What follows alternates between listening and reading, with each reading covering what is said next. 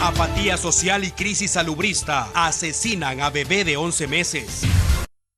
Angustia para familiares del avionetazo en Zacatepeques.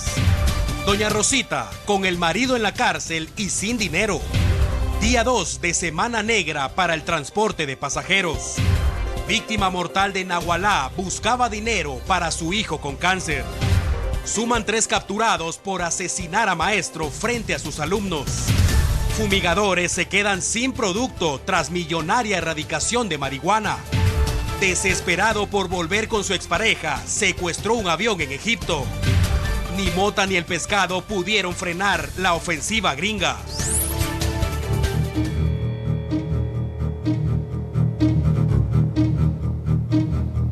La asistencia sanitaria universal hace referencia al acceso de todos los habitantes de un país, sin importar su capacidad económica.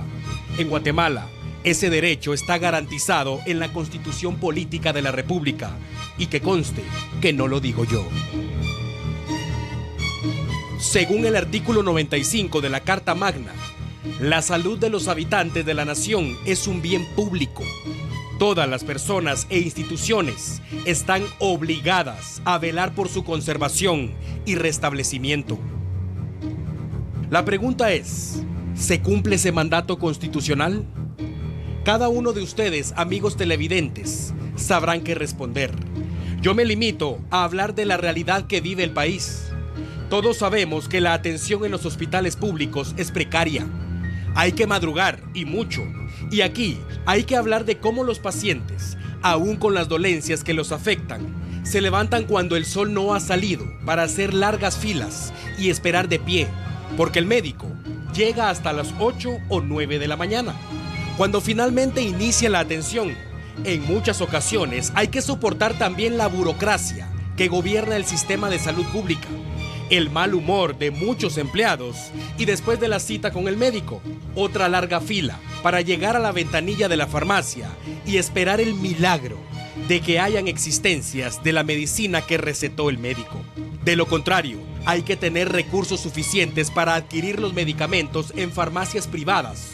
O lo más sencillo, regresar a casa, tomar las agüitas que recomienda la abuelita y rezar.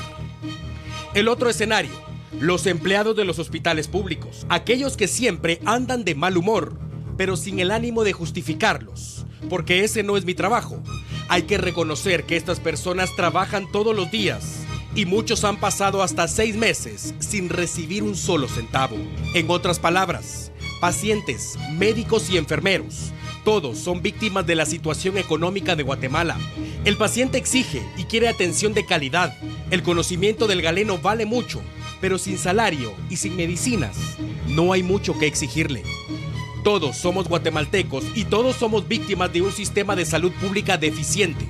Todos somos guatemaltecos y todos somos víctimas de un sistema de salud pública deficiente y precario. La situación es grave y hoy el país llora sangre, porque la luz de la crisis salubrista, además de vaciar las bodegas de medicinas y las cuentas para el pago de salarios, empezó a arrastrar vidas inocentes y, por supuesto, nadie quiere hacerse responsable. Al que le quede el saco, que se lo ponga.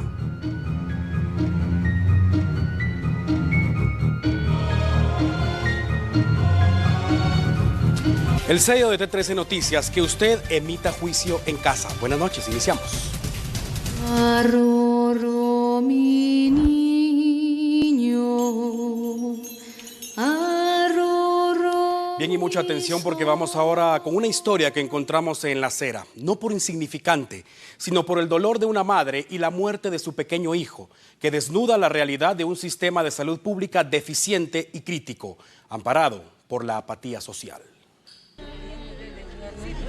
Esta historia la encontramos tirada, literalmente, en la zona 6 capitalina, barrio San Antonio. Ella es doña Delia Araceli y en sus brazos su pequeño bebé de 11 meses. ¿Por qué está en la calle? ¿Por qué llora? ¿Por qué los bomberos municipales tratan de auxiliarla? Porque su bebé sufrió quebrantos de salud. Pues prácticamente él no quería nada, o sea, vomitaba y tenía diarrea. Entonces hoy lo llevamos al centro de salud. El doctor vino y solo le ve sus ojitos y y dijo que lo teníamos que llevar al hospital. Yo siento que él hizo mal, ¿va? Porque un niño no... O sea, ellos están para atender a los niños, ¿va? Y es una injusticia que él venga y cierren el centro de salud viendo lo que pasa, ¿va? El centro de salud al que ella se refiere está en la misma zona, específicamente en las cercanías de la Academia de la Policía Nacional Civil. Después que el médico ordenó el traslado, la historia tuvo un desenlace fatal. Escuche bien, la mujer tiene más hijos y fue con todos ellos al centro de salud. Cuando el pediatra dice que deben marcharse, la mujer camina hacia su vivienda para resguardar al resto de sus niños. Y la idea era partir después hacia el Hospital General San Juan de Dios. Sin embargo, el bebé estaba tan deshidratado que terminó cediendo. Su paso por el mundo fue fugaz y a 4 cuadras del centro de salud, Daily se dio cuenta que su pequeño hijo había muerto en sus brazos. Sé que al escuchar esto muchos de ustedes estarán maldiciendo al médico, pero también buscamos su postura. Y esto fue lo que dijo. Cuando le voy viendo la carita, no, ese niño está mal. Y llamé al señor de ahí de la secretaría, le dije, venga a ver al niño porque es un niño malo y hay que mandarlo rápido al hospital. No detenerlos, no retenerlos. Porque ese es el error más grande, querer tener a un niño malo. El pediatra dijo también que vio al niño a las 6 de la mañana con 45 minutos, hora en que según él no encontrará atención en ningún centro de salud. Pero él, como buen doctor, abrió la puerta en horario extraordinario. Zapatero a sus zapatos, señores. Aquí no vamos a juzgar a nadie, porque para eso existe el organismo judicial. Pero es obvio que muchos pensarán que lo primero que debía hacer el doctor era rehidratar al pequeño antes de ordenar su traslado. Otros dirán, ¿cómo es posible que lo envíen a un hospital por su gravedad, pero no ofrezcan una ambulancia? Y sé que muchos se preguntarán, ¿qué pasó con el juramento hipocrático? Lo de siempre. Preguntas sin respuesta. Lo que sí es cierto es que Michael David Morales Narváez está muerto. Solo vivió 11 meses. Y la gran pregunta es, ¿quién mató a Michael? ¿Una infección estomacal o la apatía social?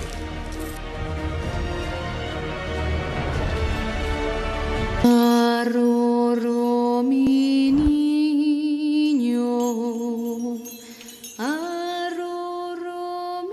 Queremos saber qué piensa usted sobre este caso y afortunadamente para ello existen ahora las redes sociales.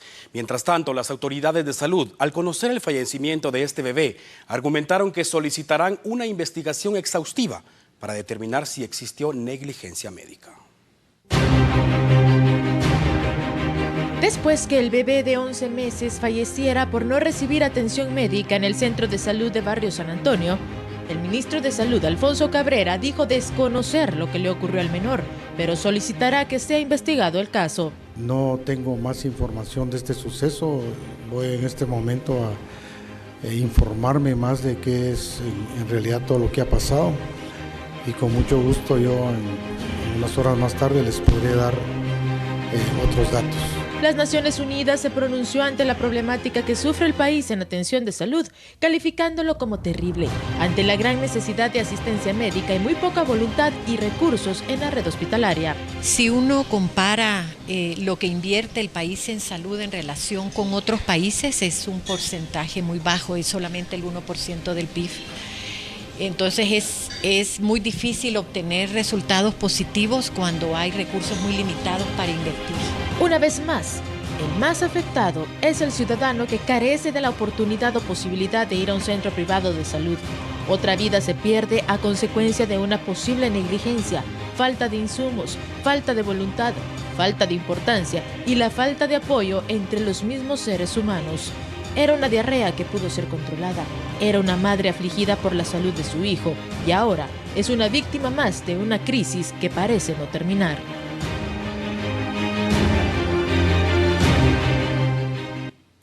Michael ha fallecido, apenas vivió 11 meses en este mundo y con este trabajo periodístico nos unimos al luto nacional.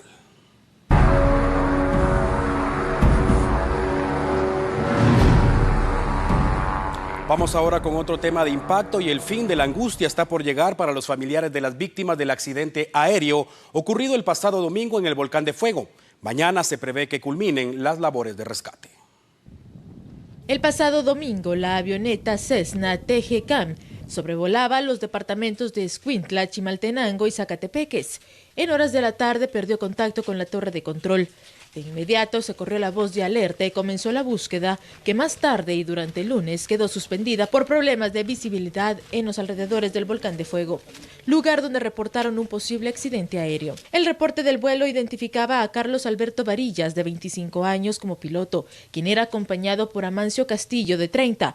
Además, especulan que también viajaban con ellos 2 personas más. Hoy, con apoyo de un equipo aéreo, los socorristas ubicaron el lugar y la aeronave accidentada cerca del cráter del volcán, en jurisdicción de San Juan Alotenango, Zacatepeques. El terreno presentaba demasiada dificultad para llegar hasta donde están las víctimas. Para mañana esperan culminar las labores de rescate. Las brigadas se preparan para trasladar a las víctimas vía aérea para continuar en la capital los trámites legales.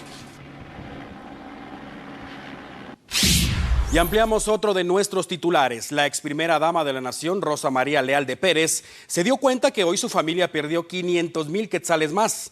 Doña Rosita y su hija Lisette aparecen como beneficiarias de un pagaré a favor del grupo Pixel, empresa propiedad de Lisette, y el documento fue extinguido con el objetivo de verificar si los 500,000 quetzales no fueron obtenidos de manera ilegal.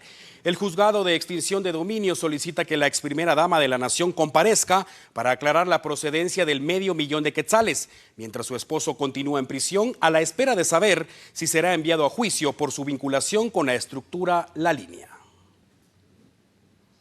En otro tema, la exministra de Ambiente, Michelle Martínez, sigue con arraigo por el escándalo de la fórmula mágica del lago de Amatitlán.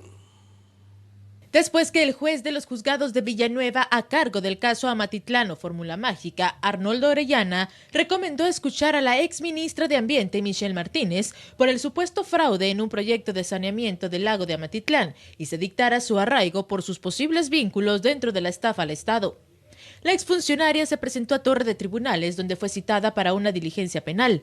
Martínez, quien deberá dar su versión junto al exmandatario Otto Pérez Molina de la adjudicación del líquido milagroso, al ser cuestionada por los medios de prensa, reaccionó de esta manera. Mire, entiendo que hay una investigación que está realizando el Ministerio Público y por respeto a la misma no tengo ninguna opinión que dar al respecto. Si me permite, voy a pasar. Muchas gracias. ¿Permiso? 15 personas son señaladas en este caso, entre ellas la ex vicemandataria Roxana Valdetti, al tratar de invertir 137.8 millones de quetzales para sanear el lago de Amatitlán y para el proceso de limpieza y avance del proyecto, donde se desembolsó un adelanto de 22.8 millones de quetzales a la Autoridad para el Manejo Sustentable de la Cuenca del Lago de Amatitlán, AMSA, y a una empresa israelí que prometía tener una fórmula mágica que limpiaría el lago, la que terminó siendo solo agua con sal. Tras las declaraciones de varios de los implicados en este caso, está la de 3 ex colaboradores de Martínez. Dentro de la investigación, se habló que la exministra pudo haber consentido la negociación entre el Estado de Guatemala y la empresa israelí.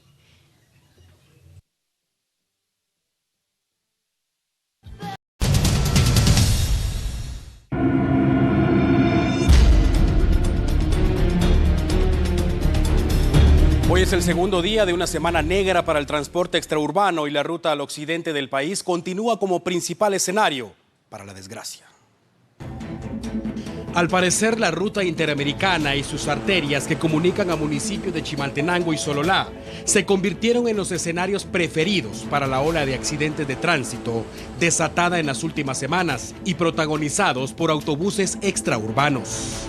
Maldición o no, lo cierto es que sí existe responsabilidad de pilotos y de los propietarios de autobuses, quienes deben velar por las buenas condiciones del sistema de frenos, llantas y motor de las unidades, así como de la responsabilidad del conductor. Hoy, la aldea Paquip del municipio de Tecpan, Guatemala, en Chimaltenango, registró un accidente. También lo protagonizó un autobús que transportaba a un grupo de maestros. Cuerpos de socorro asistieron a 22 de los pasajeros que sufrieron heridas y ameritaron su traslado al Hospital Nacional de ese departamento. La Dirección General de Transporte investiga si la unidad accidentada era de servicio de ruta de pasajeros o si se trata de un autobús comercial público-privado contratado por los docentes para su servicio particular. Afortunadamente, la muerte no participó en este percance y los heridos no fueron de gravedad. Sin embargo, Causa alarma la serie de este tipo de accidentes porque subirse a un autobús tiene sus riesgos, como los asaltos, los ataques terroristas y ahora los accidentes continuos. El accidente ocurre un día después del percance en la misma ruta, a inmediaciones de Nagualá, Sololá, donde hubo 19 fallecidos y más de 30 heridos. Este es el día 2 de una semana negra para el transporte de pasajeros.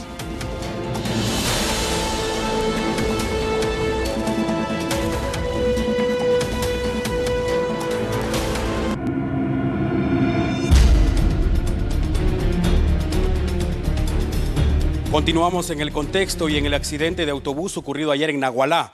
Junto a los pasajeros que perdieron la vida, también murieron los sueños de sus familias. Así lo muestra la historia que le presentamos a continuación. Don Neri, un hombre que luchaba por sanar la enfermedad de uno de sus hijos. Neri Ardiano Godínez, de 52 años, era uno de los pasajeros que perdió la vida en el trágico accidente de la ruta interamericana en Nagualá, Sololá. Él trabajaba como carpintero para pagar las quimioterapias de su hijo de 24 años, a quien le detectaron cáncer en la garganta hace unos meses. Cada día, Neri abordaba un bus en busca de hacerse de unos centavos y darle una oportunidad a su hijo. Ese día, subió a los transportes Tacaná, lleno de esperanza. Los médicos que tratan a su hijo le habían dicho que el tratamiento estaba funcionando y había una mejoría, pero el destino tenía preparado otro camino. Sí, estaba luchando porque tengo a mi hijo enfermo y él me dijo, voy a luchar para terminar sus quimioterapias de mi hijo. Digo, por eso se fue. Ay, Neri, ingrato, ¿quién me va a ayudar ahora? Ay, no. Tiene un cáncer en la garganta. Ay, a 10,000 cada quimioterapia.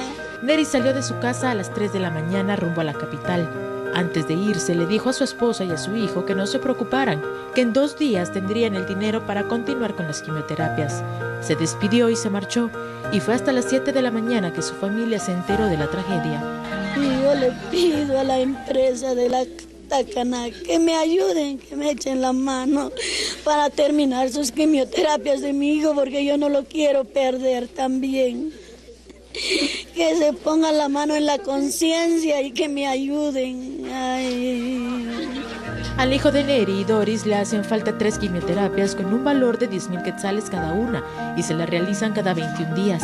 Si desea ayudar a la familia, puede depositar en la cuenta del Banco Ban Rural, número 4679-10-0366, a nombre de Carmiña Claribel Orozco, o puede comunicarse con Jodener Godínez al teléfono 5336-8336. Apenas una de las 19 historias que dejó el accidente ocurrido ayer en Nagualá. Tenemos en pantalla una vez más el número de cuentas. Si usted tiene cómo colaborar, si usted desea hacerlo, por favor, hágalo. Son personas guatemaltecas, son hermanos guatemaltecos que en este momento están sufriendo la pérdida de un ser querido y necesitan de esa ayuda económica que quizás usted pueda darles.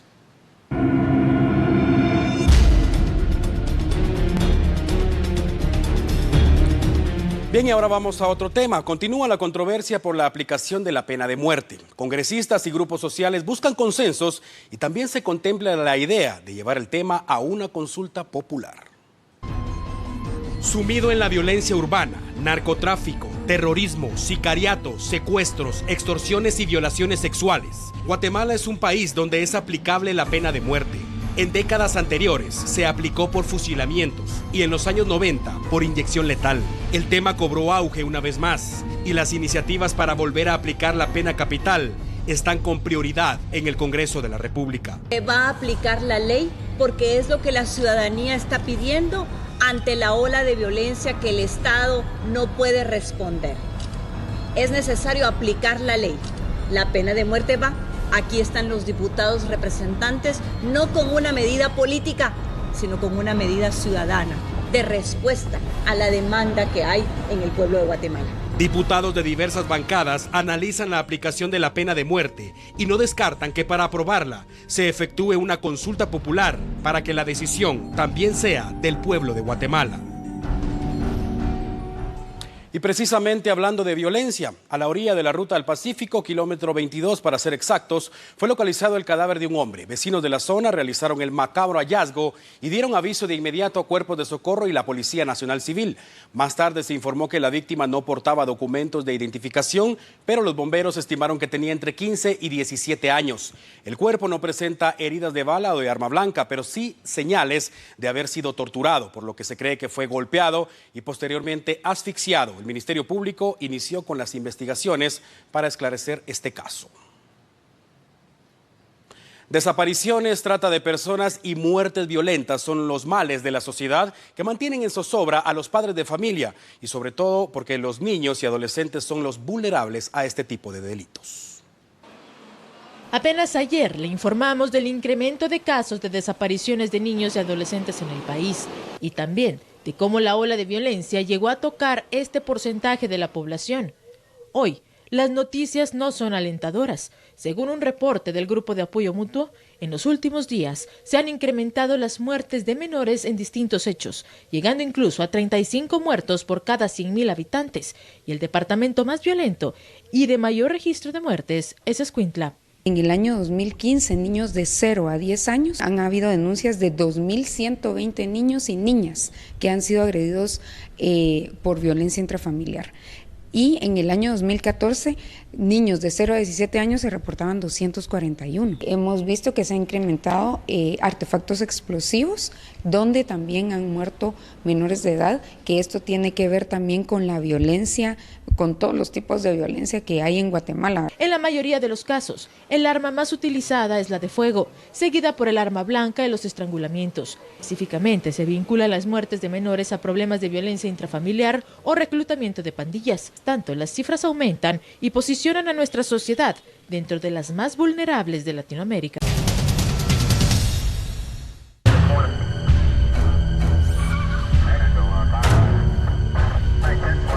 Continuamos con la información. 2 hermanos de sangre cayeron hoy en la red de la justicia. La policía los vincula con el asesinato de un maestro en Chiquimulilla.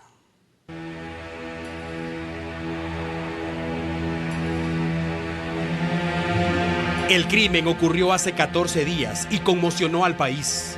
Los grupos delincuenciales dieron muestra de la hazaña con que operan.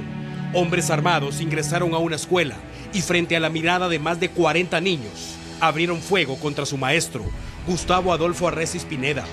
La barbarie fue cometida en un centro educativo de Chiquimulilla, Santa Rosa. Las investigaciones iniciaron de inmediato y el pasado 17 de marzo, la policía confirmó el arresto de José Alberto Pérez Pablo como uno de los principales sospechosos de cometer el crimen. El sujeto fue sorprendido en estado de ebriedad, disfrutando de un balneario. Continuó el proceso y hoy se reporta la captura de los hermanos Robin Noé y Gerson Elías, ambos de apellidos Elías Arriaga. Los uniformados informaron que viajaban en un pick-up, llevaban 7 teléfonos móviles, armas de fuego y municiones. Con las 3 capturas y el respectivo interrogatorio, el Ministerio Público espera descubrir pronto qué motivó a estas personas a asesinar a un educador frente a sus alumnos. Saber si ellos planificaron y ejecutaron el crimen o existen autores intelectuales de la barbarie, prófugos de la justicia.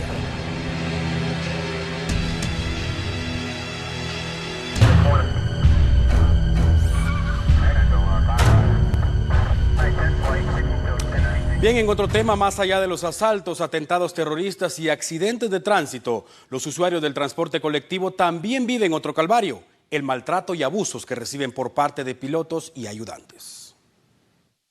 A pesar que constantemente se denuncia, reporta, evidencia y critica los abusos a los que son sometidos los usuarios del transporte público, los transportistas poco hacen para mejorar el servicio y evitar percances. A pesar de las recomendaciones y operativos realizados a este servicio, durante la Semana Santa se registró un incremento considerable del número de denuncias e irregularidades dentro de las unidades públicas.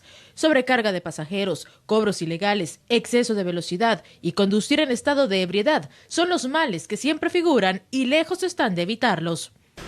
Realmente el pésimo mantenimiento o escaso mantenimiento que le dan a las unidades por parte de los transportistas que no quieren invertir, algunos exfuncionarios de gobierno también que tuvieron la mala decisión de beneficiar a transportistas poniendo la antigüedad de los autobuses ya no de 10 años sino de 25 años de continuarse con este tipo de legislación obsoleta, realmente regresiva, estaremos viendo este tipo de hechos de tránsito casi cada semana. A criterio de la Procuraduría de los Derechos Humanos, las sanciones a los transportistas que incurren en estas irregularidades deberían ser más severas y estrictas, ya que se continúa obviando el bienestar y seguridad del pasajero, que en tragedias se traducen en muertes, y la tecnología podría ser un buen elemento para el futuro. Bien, y vamos ahora al interior de la República. Un negocio de más de 8 millones de quetzales literalmente se hizo humo este día cuando la policía y el ejército localizaron el sitio. El negocio se les hizo humo a los propietarios de 2.8 hectáreas cultivadas con plantas de marihuana en el caserío Ixmucán, Las Cruces, en el departamento de Petén. El operativo montado por la Policía Nacional Civil y el Ejército permitió la ubicación, corte y quema de 23.315 plantas de la famosa hierba. El decomiso está valorado en 8.7 millones de quetzales, un equivalente a 1.13 millones de dólares. El área de cultivo está en un lugar poco accesible vía terrestre, situación que aprovecharon los propietarios de este terreno para invertir y seguramente obtener millonarias ganancias durante meses.